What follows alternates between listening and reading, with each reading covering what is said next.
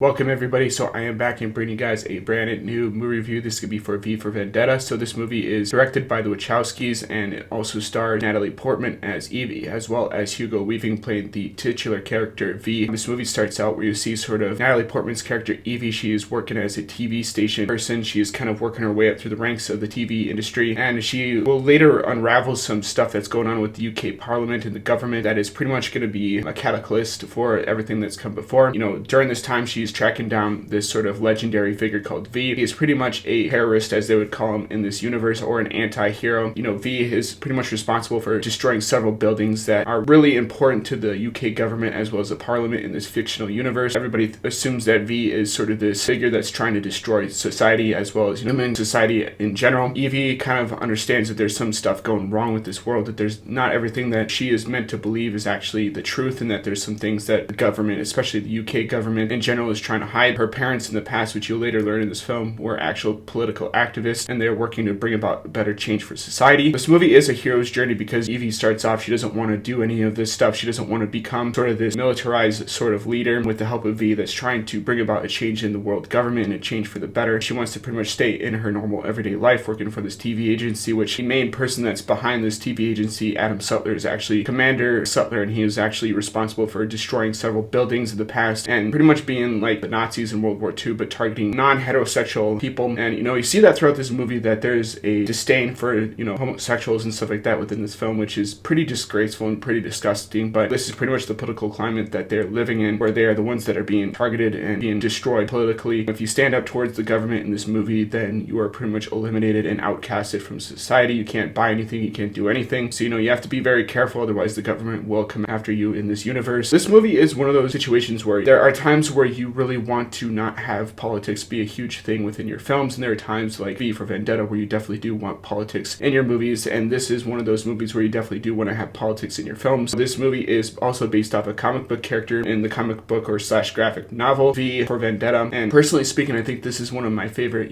comic book adaptations of all time, and it's one of those movies that I come back to every once in a while when I'm bored and I've got nothing better to do. And if it's on Netflix, which it has been for a good span of a couple years now, I think they just recently took it off when they added sort of all their other movies back, but you can still find this movie on DVD as well as Blu-ray, so I'd highly recommend that you guys check this out if you do, because this is a really great movie. So one night Evie kind of goes out after curfew. Yes, in this world there's still a curfew even for adults. These thugs try and mug her and sexually assault her, and that's where V pretty much saves the day and saves her life. He gives this really epic monologue where he's using pretty much every V style word in the dictionary, and I think it's pretty cool how they set up his character in this fight sequence within this film. There's a lot of really cool fight sequences within this movie, and we'll definitely talk about those later on within the film. They eventually go to this building where it overlooks the Old Bailey, and they eventually destroy that building, and V is pretty much laughing, and there's a big concerto sort of instrumental music that's going on as this building's being destroyed, and I think it's pretty fantastic the way that they shot and filmed this. The Wachowski brothers have in the past been known to film really cool action sequences and really cool stylized cinematography within their films, and I think The Matrix definitely does prove that, and that's definitely here within V for Vendetta, which I think is a really, really great movie and something that's really underlooked even to this day. You later learn that V is trying to basically recruit Evie through several different methods, one of which is an interrogation scene, which V is pretty much using in order to kind of show her loyalty to him, that Evie is cut for the job basically, and she basically passes that with flying colors. Evie is pretty much skeptical at this point of what V's motives are throughout this entire film. She doesn't know if he's a political terrorist or if he's a political activist or what he's kind of doing within this film, but you later learn that he was kind of burned in the past by Adam Sutler's character, and so you get this kind of scene where you kind of over time kind of understand kind of who V's character is, and this movie really is Evie's story. Everybody thinks that this is all sort of V's story, but this is all leading up toward Evie pretty much taking the role of V at the end of the film, and it's kind of cool to kind of see her character grow over time with this naive girl who thinks that everything is all right and dandy in this world, to eventually seeing this woman that understands that sometimes she needs to take control of her life in order to kind of bring about a change in society, and this is definitely one of those movies that does that. And I really do love this film for a variety of those different messages. The movie, deals with a lot about freedom of speech and what people are willing to do to protect that freedom of speech, one of which is eventually in this film, Evie is going for help. She's been brutalized and beaten by V, mentally speaking, because of the fact that he's pretty much tortured her into becoming sort of this strong, empowered woman. Throughout this movie, he has a different set of trials that kind of show her growth and her loyalty to V, and that if she doesn't pass these sort of trials, that she's pretty much going to be cast out, pretty much like society has done to her either way throughout this movie, since they're hunting her down because of her political affiliation with V, or the Guy Fawkes wearing mask anti-hero V. And you see this really touching story between Natalie Portman's character her and this young woman who she becomes attached to, because apparently this letter is directed towards her, specifically saying that, if she finds this letter, that you are strong, you're an empowered sort of person, that you can make it through this, and that no matter what happens to you, that she is with her. And Evie grows to kind of have an affection towards this woman. This woman is working in sort of the film industry, and she's being targeted because of her homosexual nature and the fact that she's attracted to a female, which I don't think is ever right in any sort of situation. And so you sort of see sort of Evie grow to like this character and like this personality that's coming through these letters. And then you kind of learn through the mental sort of breakdown of V that he was actually testing her loyalty and what she's willing to do to kind of sacrifice her own sort of self-preservation in order to save herself, actually become the strong person. You find out that it's fake. It completely shatters her own sort of notions of what's real and what's not real within V's sort of world. And eventually he kind of breaks down that he did that to her to kind of test her, to see that she was right for the job, and he eventually picked the right person to kind of lead this sort of mission towards saving the UK and Great Britain from this tyrannical and authoritative dictatorship. And eventually she does so. Eventually she comes back, as all people do, and there is several different people that they are assigned to kind of hunt down, track down, and kill before they kind of lead this mass sort of societal breakdown of society to kind of retake back what society has lost within time due to sort of the people in government kind of cracking down on freedom of speech and sort of being a little bit more militarized in sort of the police state that they're living in. V throughout this movie does several different sort of public broadcasts, and I think they're all really cool. There's a scene that takes place in a lobby fight sequence where V is kind of rigged a bomb to explode, and he's kind of set up everybody in this newsroom to kind of look a little bit like him, to kind of trick the police as they're trying to breach the area to try and get to them. And it's a really cool fight sequence that takes place, and V's pretty much killing everybody and taking out all the police officers and stuff. And this is where you get the hint that these two detectives that are on the case that are trying to bring down V kind of realize that maybe he's not sort of the bad guy that everybody thinks he is, that there's something wrong going on with their government, and that maybe one of their commanders or ex-commanders, who's now a TV personality, is probably behind all this stuff. And it's a really cool scene. There's a lot of really cool fight sequences like this in this movie, one of which takes place in sort of a train fight sequence, which I think is kind of reminiscent of The Matrix, where you've got all these police officers that are hunting down V, and they've got him cornered, and he's like, beneath this mask is just an idea, Mr. Creedy, and ideas are bulletproof, and he pretty much takes them out one by one, which I think is pretty sick, eventually getting to Mr. Creedy himself. This fight sequence is something that I think a lot of people that are interested in fight sequences in movies is really well shot, and this is one of those scenes that you can kind of come back to, and it never really gets old. None of the fight sequences in these movies, especially V for Vendetta, are ever something that you can watch and be like, oh, I've seen that a million times before, and this is something that's really creative and really good. There's even a scene where Natalie Portman's character Evie is sent to an archbishop. She's trying to trick the archbishop into kind of relationship with her, and eventually she pulls out a knife and almost kills him and stuff like that, and that's when you get sort of V coming in and taking him down. Eventually it gets to the point where they go after Adam Sutler himself. He's singing in the bathroom, and he's trying to tell one of his, crew members that they need to fire his director of photography, that his nose pretty much looks like old Ben, and then he eventually gets killed in the shower because he's pretty much the leader that kind of burnt down this sort of building that V was kind of being entrapped in, along with a lot of his other friends, allies, and stuff like that. This is the catalyst that brings about the destruction of the society that V is living in, and eventually in this movie, V does save the day. There's this really cool shot where V lines up all these dominoes to kind of fall in sort of the logo of V for Vendetta, which I think is pretty cool. A lot of these sequences in this movie are really awesome. I think if you go back and watch them, they still hold up. Everything in this movie, even the lines of dialogue that are used in this movie, there's a lot of really cool one-liners in this film, and I think that fans of modern day cinema, especially really good movies, will definitely appreciate this film, especially for what it does with,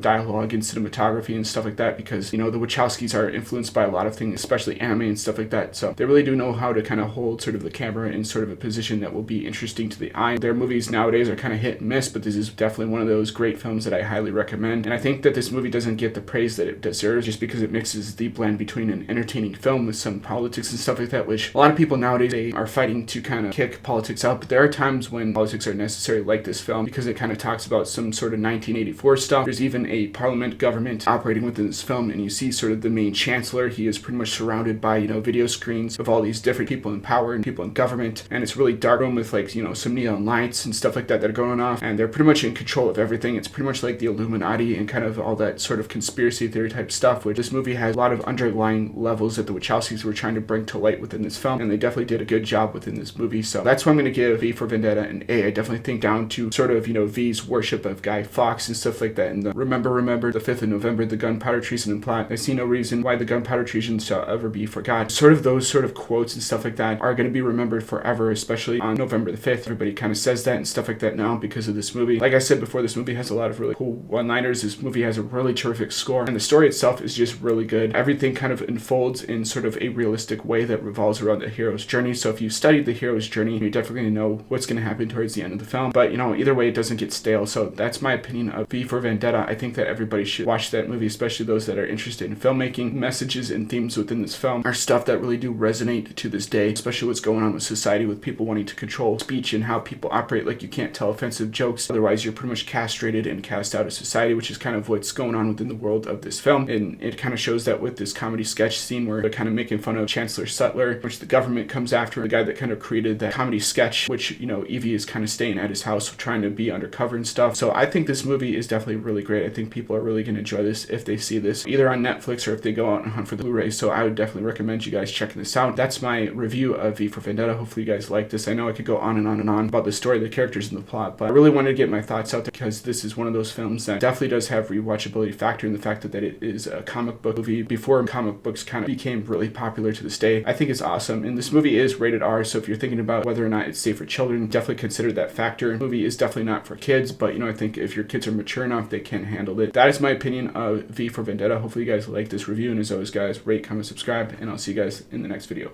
Peace out.